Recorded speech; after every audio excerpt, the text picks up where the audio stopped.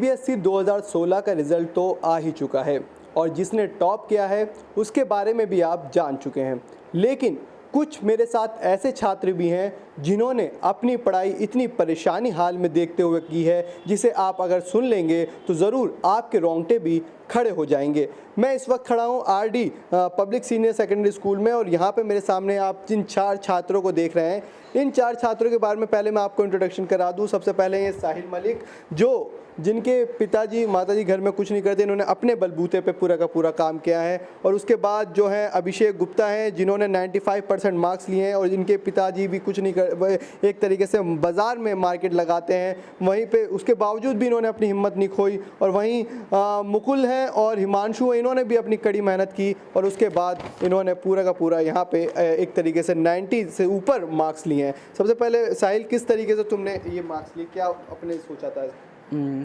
The credit of my marks obviously goes to my teachers, my family member who were there always with me in every situation, who helped me a lot, and especially my brother, my parents, and I want to thank RDPS because it was always with me, and it is still with me in every situation, and they added extra classes, and there was a personal touch with all of us. So I'm just thankful to RDPS, my family, and on personal level I just if someone asks me that how you achieved this 96%, so I'll say that what I did was just plan and just implement that plan in the life. बिल्कुल, तो जिस तरीके से इनके जो विचार हैं वो सब सिर्फ़ और सिर्फ ये थे कि हमें पढ़ना है। वहीं अब आप जो हम मिलने जा रहे हैं अभिषेक गुप्ता से, जिन्होंने 95% मार्क्स ले चुके हैं। और तुम्हारे पेरेंट्स एक तरीके से बाज़ार में वो सब्ज़ी लगाते हैं, काम करते हैं, उसके बावजूद भी क्या फाइनेंशियली प्रॉब्लम थी, फिर भी तुमने अपनी हिम्मत नहीं हारी और 12th में इस तरीके से? फाइनेंशियली मेरे फादर बहुत सपोर्टिव थे और एक ही चीज़ मैंने सीखी है, if you want to shine like a sun then you have to burn like a sun. तो अब किसको अपना क्रेडिट देना चाहते हैं? स्कूल को, टीचर्स को, फ्रेंड्स को, फैमिली को। बिल्कुल, जिस तरीके से स्कूल ने भी इनके बाजू हमेशा थामे रखे और इन्हें कोऑपरेट करते रहे, उन्हें मोटिवेशनल दिया। किस तरीके से 94% मार्क्स तुम्हें लिए मनोज, क्या सोचते हो कि क्या मुश्किल था? सर मुश्किल तो था लेकिन इम्पॉसिबल नहीं था। हाँ। यहाँ पर टीचर्स ने हमारा बहुत साथ दिया है। यहाँ पर एक्स्ट्रा क्लासेस होती थी हर टाइम, मतलब असेंबली का टाइम काट के हम एक्स्ट्रा क्लासेस पढ़ते थे ताकि हमारा टीचर हमें अपना टाइम दे सके, हम पढ़ सकें एक्स्ट्रा और हम अपनी पूरा मैक्सिमम दे सकें। और बस टीचर ने हमारा साथ दिया, हमारे स्कूल के स्टाफ ने हमारा बहुत साथ दिया, हमारे फ्रेंड्स ने, हमारे पेरेंट्स ने, हमने खुद मेहनत करी है बहुत ज़्यादा। बिल्कुल, जिस तरीके से खुद छात्र बताए इन्होंने मेहनत की। मेरे साथ हिमांशु भी हैं, जिनके पिताजी खुद MCD में वर्कर हैं। हिमांशु, कोई परेशानियाँ आई थी स्कूल में पढ़ने के लिए, ट्यूशन के लिए? पिताजी ने सपोर्ट, फिर भी MCD सपोर्ट पेरेंट्स ने तो प्रॉपर रखा और स्कूल ने भी प्रॉपर सपोर्ट किया मेरे को। पर एक बात मैं कहना चाहूँगा कि 12th की एग्ज़ामिनेशन जब भी कोई स्टूडेंट देता है तब बड़ी परेशानी आती है, specially when you try to implement your plans. Tuition भी पढ़ने होते थे, उसके खर्चे और भी किस तरीके से? ट्यूशन मतलब स्कूल के अलावा मैं कोचिंग क्लासेस लेता था बाय द वे, और तो उसका खर्च वैसे ही बड़ा आया हुआ था। और फिनेंशियली स्कूल बड़ा सपोर्टिव था। मेरे 4 भाई बहन पढ़ते हैं स्कूल में और फीस वगैरह जो भी कंसेशन। लेकिन तुमने हार नहीं मानी अपने पेरेंट्स के लिए और बच्चों के लिए, सबके काम। I tried my best. बिल्कुल, तो ये देख सकते हैं कि लोगों के, बच्चों के जो है, इनके छात्रों के हौसले पूरे बुलंद हैं। लेकिन अब आपको उन स्कूल के जो वाइस प्रिंसिपल हैं उनसे मिलवाते हैं और आपको इस स्कूल की खासियत भी बताते हैं कि ये वही स्कूल है जहाँ से मिक्का और रविंद्र शर्मा जैसे जो भारत का नाम ऊँचा करने वाले खुद यहाँ से रह चुके हैं। कौन कौन छात्र यहाँ से हैं? हमारे यहाँ गोल्ड मेडलिस्ट हैं और हर फील्ड में यहाँ का पढ़ा हुआ बच्चा आज एक कीर्तिमान स्थापित कर रहा है।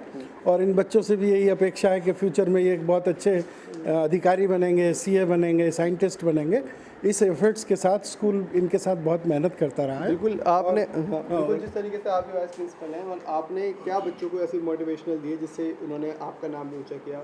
हमने इनको हमेशा इनके साथ खड़े होके इनके प्रोत्साहित किया कि नहीं आपने ऐसे करना है। हमने इनके डाउट्स क्लियर, इनके लिए एक्स्ट्रा क्लासेस, इनके लिए एक्स्ट्रा टाइम, पूरे एफर्ट्स लगाए, पूरे स्कूल ने एफर्ट्स लगाए और हमारे चेयरमैन सर ने भी हमारी बहुत मदद की है इस सब काम को करने के लिए। बिल्कुल। अच्छा, आप हमारे साथ पेरेंट्स भी हैं, घर का खर्चा भी बड़ा मुश्किल होता था, लेकिन उसके ऊपर पढ़ाई का खर्चा, किस तरीके से घर की परेशानियों को दूर करते हुए आपने बच्चों को पढ़ाया? जी, घर में तो परेशानियाँ थी ही थी। एक्चुअल में मेरे हस्बैंड जो है मज़दूर हैं, लेकिन उसके ऊपर जब हमें बच्चों को पढ़ाना है, क्योंकि बच्चे ही हमारी सबसे बड़ी पूंजी हैं, और साथ में जो स्कूल का मैनेजमेंट है, यहाँ का स्टाफ है, यहाँ के टीचर्स हैं, उन्होंने हमें बहुत सपोर्ट किया। हमने कभी बच्चों को कोचिंग्स नहीं दिलाई, यहाँ पे एक्स्ट्रा क्लासेस है जो बच्चों को मोटिवेशन मिला है, और साथ में हम लोग भी जो बच्चों को बहुत ज़्यादा मोटिवेट करते हैं। बिल्कुल, तो देखा मतलब पेरेंट्स को भी इस स्कूल से बहुत हेल्प मिली, जिसकी वजह से उनके अंदर हौसला आया और उन बच्चों ने उसी के विश्वास को जीतते हुए पूरी की पूरी तरीके से अपने अच्छे नंबर ले गए। मेरे साथ खुद जो अभी मैंने बताया था हिमांशु दुग्गल के पिताजी भी हैं जो एमसीडी वर्कर हैं। आप एमसीडी में वर्क करते हैं, जिस तरीके से परेशानी आती है, सैलरी भी अभी आपको नहीं मिल पा रही थी कुछ महीनों से। बिल्कुल टाइम से सैलरी भी नहीं मिल पा रही थी। मेरे 4 बच्चे यहाँ पे पढ़ते हैं, 2 लड़के हैं 2 लड़कियाँ हैं, और जैक्सन सर ने 2 बच्चों की फ़ीस भी माफ़ कर रखी है। बड़े सपोर्टिव हैं, सारे टीचर भी अच्छे हैं, और स्कूल ने बहुत अच्छे अच्छे स्टूडेंट दिए हैं। एमबीबीएस में भी गए हैं बच्चे। यहाँ से मैं आशा करता हूँ जिन्होंने अभी अच्छा किया है वो फ्यूचर में बहुत अच्छी तरह से कामयाब हो अपनी ज़िंदगी में। सभी के लिए ये ब्लेसिंग है, और स्कूल स्टाफ के लिए भी धन्यवाद। बिल्कुल, तो जिस तरीके से ये स्कूल तो आपने देख लिया है, लेकिन आपको सबसे पहले अब उस शख्स से मिला लेते हैं जिन्होंने इनकी पूरी की पूरी छात्रों की एक तरीके से मोटिवेशनल दिया, और वो हैं एक्स एमएलए भी रह चुके हैं जयकिशन जी। जयकिशन जी, क्या आपने सोच के स्कूल खोला था जिसकी बिना पे आज पूरा देश सलाम कर रहा है उन छात्रों को? नहीं, मैंने 83 में स्कूल स्टार्ट किया था।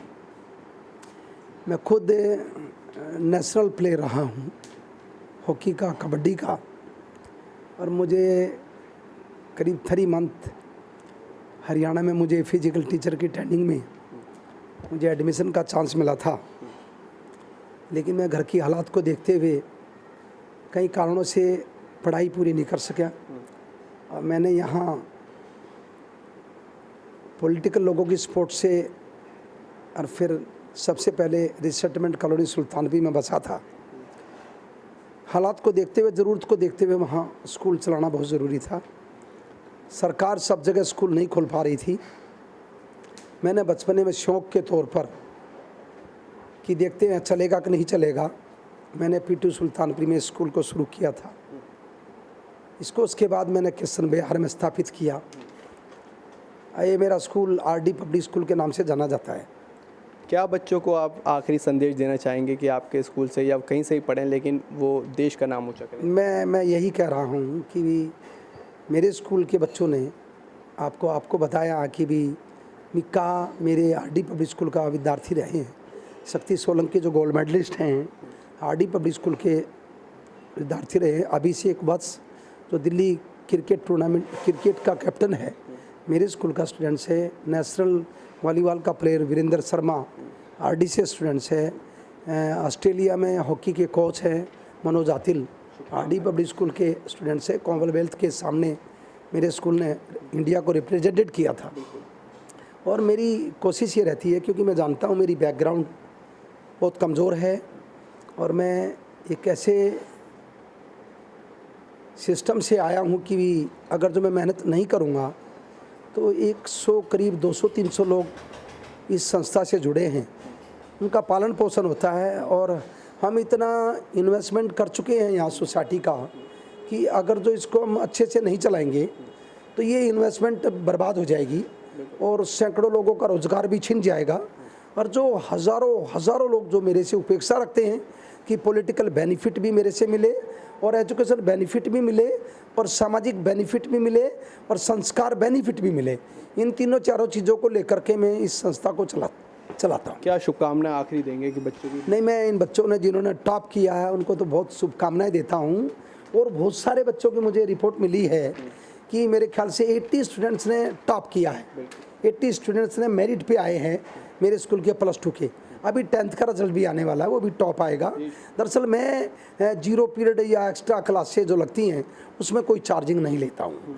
और जो हमारे बच्चों के जो दूसरा टाइम होता है, प्रेयर का टाइम है, या दूसरा एनुअल डे के टाइम होते हैं, या 26 जनवरी मेरे स्कूल का सिलेक्शन होता है, 15 अगस्त में मेरे स्कूल का सिलेक्शन होता है। मेरी यही शुभकामना है कि मेरा अध्यापक जो हैं, मेरे प्रिंसिपल हैं, वाइस प्रिंसिपल हैं, मेरे ऑफिसर्स हैं, मेरे और जो एडमिनिस्ट्रेटर हैं, सारे के सारे बच्चे हैं, यहाँ अच्छे संस्कारों की पढ़ाई पढ़ें, अपने जीवन को सफल बनाएं, दोबारा जन्म नहीं मिलेगा, माता पिता की रक्षा करें, माता पिता की इज्जत करें, और एक अच्छे नागरिक के रूप में पढ़ें और आगे बढ़ें, इंजीनियर बने, डॉक्टर बने, लॉयर बने, आईएएस बने, आईपीएस बने, कुछ कॉन्ट्रैक्टर बने, कुछ इन सब चीज़ों को लेकर के मेरी भावना है और मैं इन सबको बधाई देता हूँ और इन सबको आशीर्वाद भी देता हूँ और आगे भी भरोसा देता हूँ कि मेरा स्टाफ इससे भी और बेटर रिजल्ट इस स्कूल को देगा और देश को देगा।